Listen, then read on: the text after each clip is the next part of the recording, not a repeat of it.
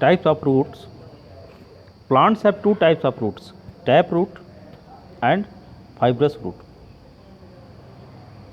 पौधे के जड़ों के दो किस्म होते हैं, एक तो टैप रूट और दूसरा फाइब्रस रूट होता है. तो let us come to know about tap roots. In some plants a single root comes out from a seed after germination. जब बीज में अंकुरन होता है तो उस अंकुरने के बाद उसमें एक सिंगल रूट निकल कर बाहर आता है and it is thicker at its upper part, जिसका पौधे से उस बीज से निकलते वक्त तो पार्ट जो है वो मोटा होता है एंड जनरली टेपर्स डाउनवर्ड्स, और सामान्यतः जो आगे का उसका भाग होता है वो झुका होता है और पतला होता है. The primary root gives out several branches in a very directions. और जो प्राइमरी रूट है वही बहुत से शाखाओं को उत्पन्न करता है सभी दिशाओं में. These smaller branches are called lateral और सेकेंडरी रूट. और जड़ की यही जो शाखाएं होती है उसे या तो लिटरल बोलते हैं या सेकेंडरी रूट के नाम से पहचानते हैं. तो this type of root is called tap root. तो इसी किस्म के जो जड़ होते हैं उन्हें टैप रूट बोलते हैं. जैसे mango, neem, pine, carrot, radish are examples of plants in which tap root is found. तो आम, नीम, गाजर, मूली, ये सब जो उदाहरण हैं पेड़ पौधों के, तो ये टैप रूट के, इनमें टैप रूट ही पाया जाता है. अब देखिए fibrous root. In some plants a bunch of thin fibre like roots arise from the base of the stem. कुछ पौधों में जो रूट का जो गुच्छा है वो काफ़ी पतला होता है और फाइबर लाइक होता है. Arise from the base of the stem, और वो धड़ के आधार से ही मतलब उत्पन्न होता है. तो these are called fibrous roots. तो ऐसे जड़ जो है क्या कहलाते हैं? फाइब्रस रूट कहलाते हैं. जैसे grass, maize, wheat, onion and rice are examples of the plants in which fibrous roots are found. जैसे घास, मकई, गेहूँ, प्याज, चावल, ये सब ऐसे ही फाइब्रस रूट के उदाहरण होते हैं. ऐसे ही प्लांट पौधे होते हैं जिनमें फाइब्रस रूट मौजूद होता है. तो फंक्शंस ऑफ रूट, जड़ का कार्य प्रणाली क्या है? Let us come to know by the help of this chapter. The main functions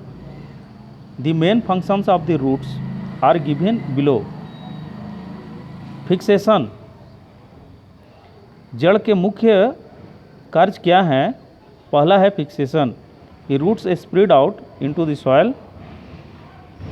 मिट्टी में जड़ फैल जाता है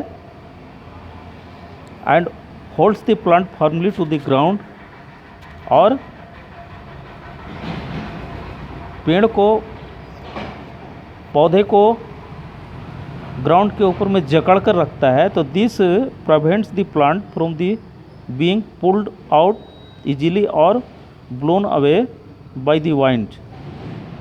तो इससे क्या है कि पौधों में सुरक्षा होता है कि हवा द्वारा उसे बहाया नहीं जा सकता है, उसे उखाड़ा नहीं जा सकता है, क्योंकि उसकी जड़ ज़मीन के अंदर मौजूद होती है जो उसको जकड़ के रखती है. सेकेंड ऑप्शन है इसका, सेकेंड फंक्शन है कंडक्शन. तो roots absorb water and minerals from the soil. तो जड़ क्या है? पानी और खनिज लवण को मिट्टी से अवशोषित करता है and pass them to the stem, और धड़ को ये सप्लाई कर देता है। The plant uses water and minerals to manufacture food and carry out life functions. और पौधे जो जल और खनिज लवण का अवशोषण करते हैं वो इनके भोजन बनाने में और इनके जीवन के दूसरे एक्टिविटी में इसका काम आता है। तो प्रिवेंटिंग द सॉइल इरोजन, और मिट्टी के बहाव को रोकने में भी ये काफ़ी मददगार होते हैं कि roots help bind the soil particles together, मिट्टी के हिस्सों को जड़ जकड़ के रखता है। तो इन दिस वे, तो इस तरह से roots prevent the soil from being blown away by the wind और वॉश्ड अवे बाय वाटर। तो उसके जकड़ कर रखने की वजह से ना तो इसे पानी के द्वारा इस पौधे को बहाया जा सकता है, या वहाँ की मिट्टी को ना तो बहाया जा सकता है और न तो इसे हवा के द्वारा उड़ाया जा सकता है, क्योंकि जो पौधे का जड़ है वो मिट्टी को जकड़ कर रखता है, tightly keep it with itself. A weed is unwanted plant that grows on its own. अब वीड एक ऐसा पौधा है जो खुद ब खुद उत्पन्न होता है, उसके लिए इसका सीड को लगाने की आवश्यकता नहीं होती है। तो एक्टिविटी नंबर 3 है कि to demonstrate the roots absorb water and minerals from the soil, कि जड़ों का जो जल और खनिज लवण का अवशोषण होता है मिट्टी से, उसके बारे में एक एक्टिविटी करना है कि root absorb water from the plant कैसे होता है ना। तो इसमें देखिए गमला है, ये इस गमले में एक पौधे को लगा दिया गया है, इसमें पानी सींच दिया गया है, और plant without roots, plant with roots है, प्लांट विदाउट रूट्स है। इसमें जड़ मौजूद है और इसका जड़ नहीं है। जल तो हम इसमें भी डालते हैं और इसमें भी डालते हैं, बट ये विकसित होता है कि प्लांट रिमेन्स हेल्दी, ये विकसित हो जाता है, स्वस्थ हो जाता है और भी ज़्यादा वृद्धि हो जाता है इसमें। और लेकिन इस पौधे में पानी डालने के उपरांत भी ये पौधा मुरझा जाता है, क्योंकि इसमें जड़ मौजूद नहीं है। यानी कि पौधे की वृद्धि के लिए पौधों में जड़ का होना बहुत आवश्यक है। इसका कंक्लूजन है, सारांश ये है कि in plants roots are essential for the absorption of water and minerals from the soil. तो रूट का जो ये काम है, जल और खनिज लवण का अवशोषण करके अपने पौधे के दूसरे अंगों तक पहुंचाना, तो ये काम जो है जड़ की सहायता से होता है। इस एक्टिविटी में यही मालूम पड़ता है। एक्टिविटी नंबर 4 में है कि टू ऑब्जर्व एंचोरेज बाई रूट्स, कि ऑब्जर्व करना है, एंकरेज, रूट्स के एंकरेज को ऑब्जर्व करना है।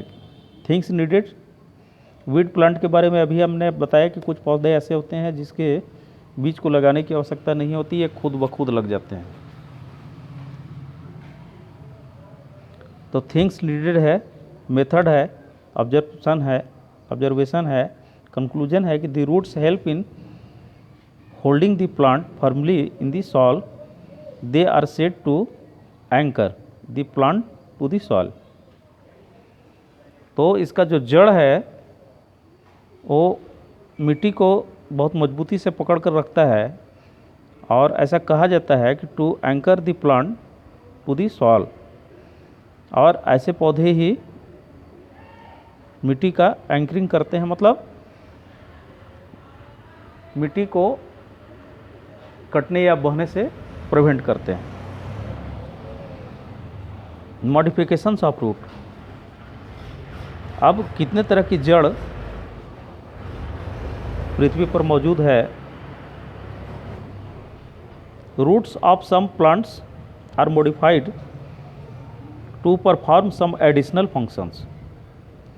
कुछ पौधों के जो जड़ होते हैं वे अलग तरह के कार्य के लिए उनका उपयोग होता है। Let us study some of this root modification and their function. तो इसमें हम लोग अब अध्ययन करेंगे कि अलग अलग रूट का अलग अलग जो मॉडिफिकेशन है और उनके जो कार्य हैं उसके बारे में हम लोग जानने की कोशिश करेंगे। द स्टोरेज ऑफ फूड, भोजन का संग्रह। In plants like carrot, turnip, radish, sweet potato and beet, the roots are swollen due to the storage of food. These are called storage roots.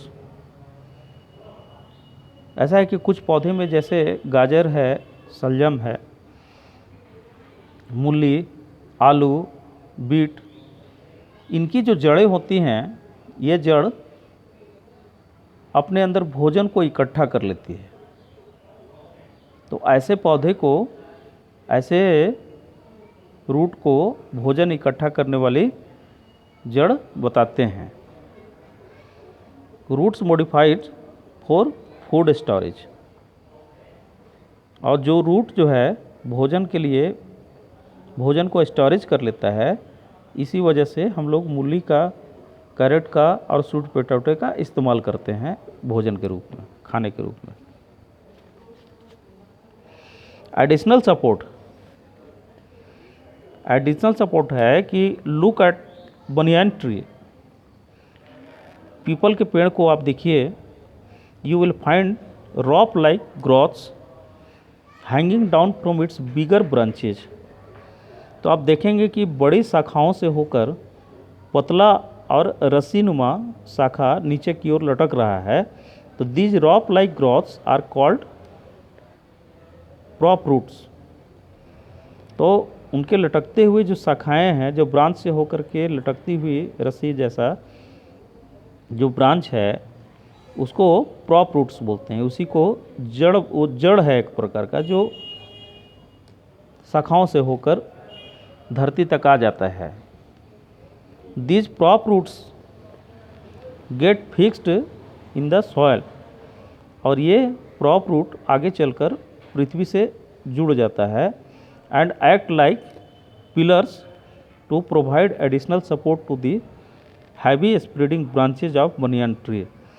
तो पीपल के पेड़ के ब्रांचों को संभालने के लिए एक तरह से बहुत अच्छा सपोर्ट के रूप में ये जाना जाता है, सपोर्ट देता है, उसको सहारा देता है कि उसकी शाखाएं और भी मजबूत हों। ऐसी शाखाएं जिनसे होकर रस्सीनुमा जो शाखाएं निकलती है, जो कालांतर में धरती पर आकर अपना जड़ जमा लेती हैं, तो उससे अन्य शाखाओं को बहुत मजबूती प्रदान होता है। The fixation of nitrogen. Plants like peach, beans, groundnuts, moong and urad have small swellings on the roots which are called root noodles। तो जितना भी इस प्लांट में जितना भी मैंने उदाहरण दिए कि मटर है, सेम है, बादाम है, मूंग है, उड़द है, ये सब क्या है कि उनकी जो जड़ें होती है which are called root nodules. तो ये खाद्य पदार्थनुमा जो ये उनके जड़ हैं, इनके इस जड़ को क्या बोलते हैं? रूट नूडल्स बोलते हैं।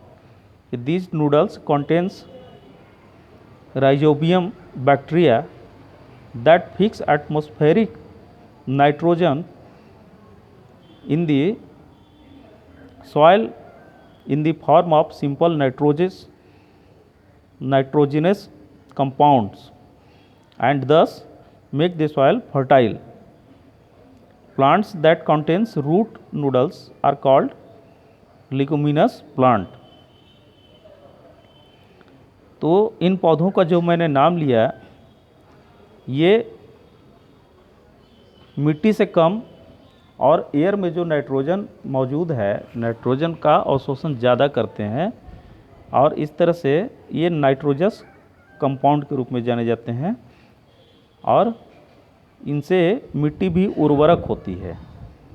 ऐसे पौधों को लगाने से वहाँ की मिट्टी भी फर्टाइल हो जाती है, उर्वरकता उनमें आ जाता है। तो plants that contains root nodules are called leguminous plant. तो ऐसे ही प्लांट को लेग्यूमिनस प्लांट बोलते हैं जो रूट नूडल के रूप में काम आता है। हम लोगों के दैनिक जीवन में हम लोग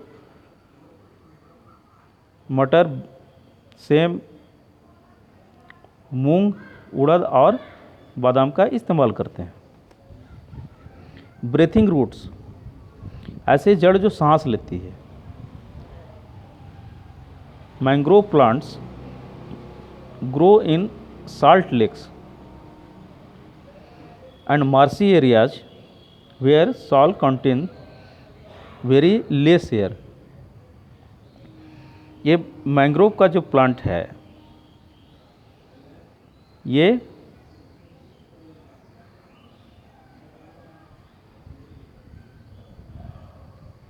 नमक वाली कमी को पूरा करने के लिए इसका इस्तेमाल किया जाता है। And marshy areas where soil contain very less air.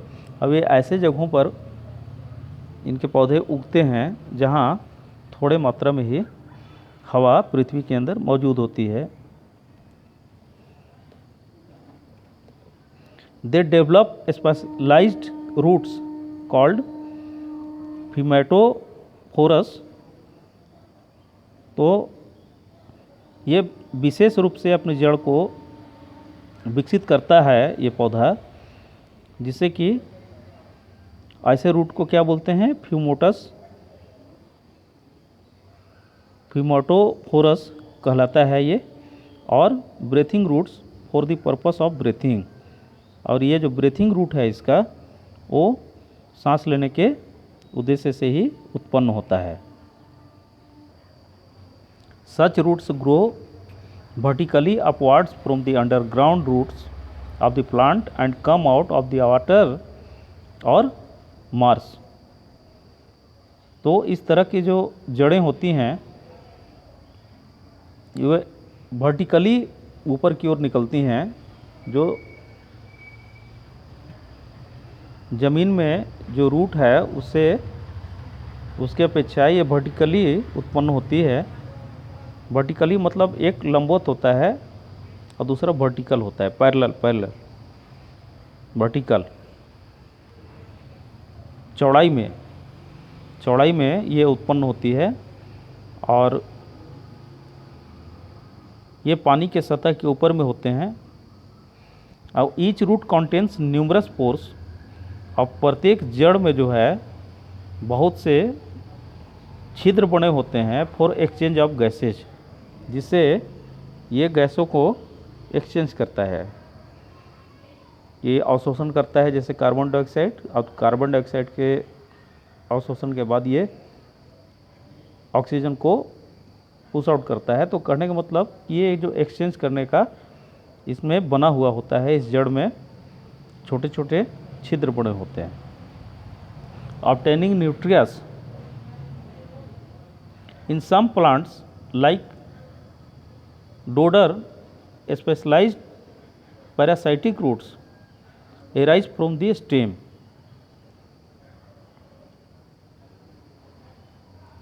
कुछ पौधे ऐसे होते हैं जैसे डॉडर का पौधा है, डॉडर प्लांट, अमरबेल।